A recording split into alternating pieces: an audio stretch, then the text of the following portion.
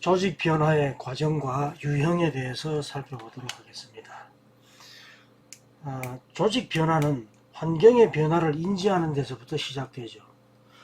환경의 변화가 인지되면 그 변화에 적응하기 위한 조직 변화 방향을 수립해야만 합니다. 이때 그 조직의 세부 목표나 경영 방식을 수정하거나 규칙이나 규정 등을 새로 제정하기도 하는데요. 특히 그 체계적으로 구체적인 추진 전략을 수립하고 추진 전략별 우선순위를 마련해야 합니다. 이에 따라서 조직 변화를 실행하고 마지막으로 조직 개혁의 진행 사항과 성과를 평가하는 그런 과정을 거치게 되죠. 이러한 그 변화 관리 경영이란 기업이 다양한 환경에 적극적으로 대처하는 체계적 활동이라고 정의할 수 있습니다. 즉, 급격하거나 완만한 변화 속도에 대처할 수 있는 혁신 전략인 동시에 순간 돌발 상황에도 민첩하게 대응할 수 있는 기업의 전반적 활동이 바로 변화 관리 경영이다. 이렇게 이야기를 할 수 있습니다. 변화 관리 경영은요, 기획 단계부터 목표 달성에 이르기까지 각 분야, 즉 조직 구조, 제도, 시스템, 제품 개발, 고객 만족 이런 것 등에 걸쳐서 전방위적으로 적용된다 할 수 있습니다. 변화의 흐름에 뒤처지거나 정체된 조직의 체질을 개선하고 기존의 제도를 수정 보완해서 이것들을 바로 생산성 향상으로 연결시키는 것이 변화 관리 경영이다. 이렇게 말을 할 수가 있죠. 이것을 통해서 바로 기업의 이미지와 수익을 보장해주는 고객 만족까지 실현할 수 있어야만 합니다.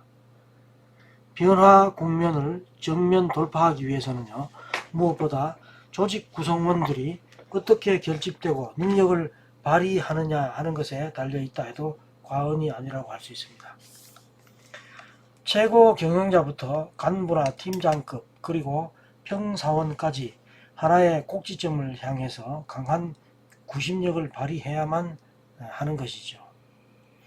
자, 조직의 변화의 실행 과정을 살펴보면 앞에서 이야기했지만 첫 번째 환경 변화를 인지하고요. 두 번째로 인지된 환경 변화에 따라서 조직 변화를 어떻게 할 것인지 하는 그런 방향을 수립하고 이렇게 수립이 되고 나면 조직 변화를 실행을 해야 되겠죠. 그리고 마지막으로 반드시 실행한 그 결과에 대한 평가를 해서 그 잘됨과 못된 것을 다시 원래대로 피드백하는 그런 과정을 거치게 되겠습니다. 이 환경 변화 인지는요, 외부 환경의 변화로 인한 조직 변화로 조직의 생존 차원의 효율적인 경영 제고와 그리고 조직 내 인적 자원의 성장, 동기 등을 통해서 환경 변화를 인지하는 단계를 말하는 것이고요.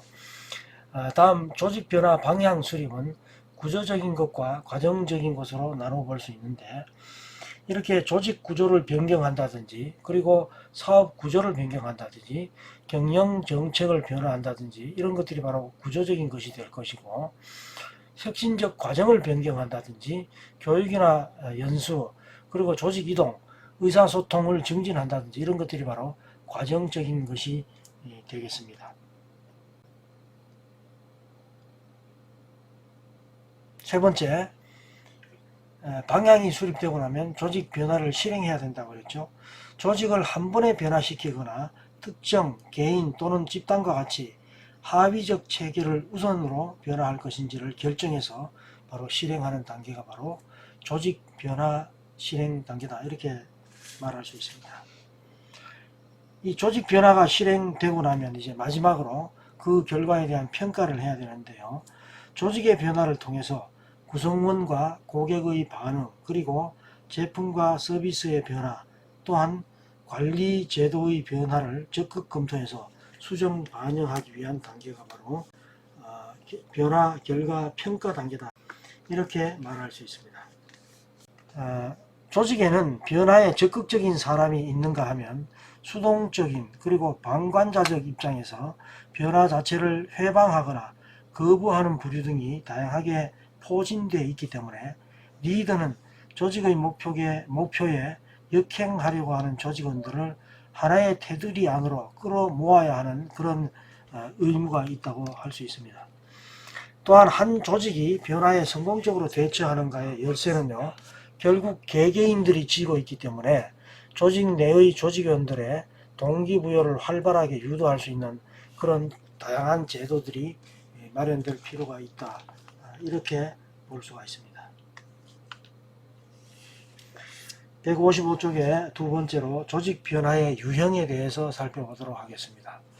이 조직 변화는요, 제품과 서비스, 그리고 전략, 구조, 기술, 문화 등에서 이루어질 수 있는데, 이 제품과 서비스는 기존 제품이나 서비스의 문제점을 인식함으로써 고객의 요구에 부응해서 고객을 늘리거나 새로운 시장 확대를 위해서 변화되도록 하는 것이고요.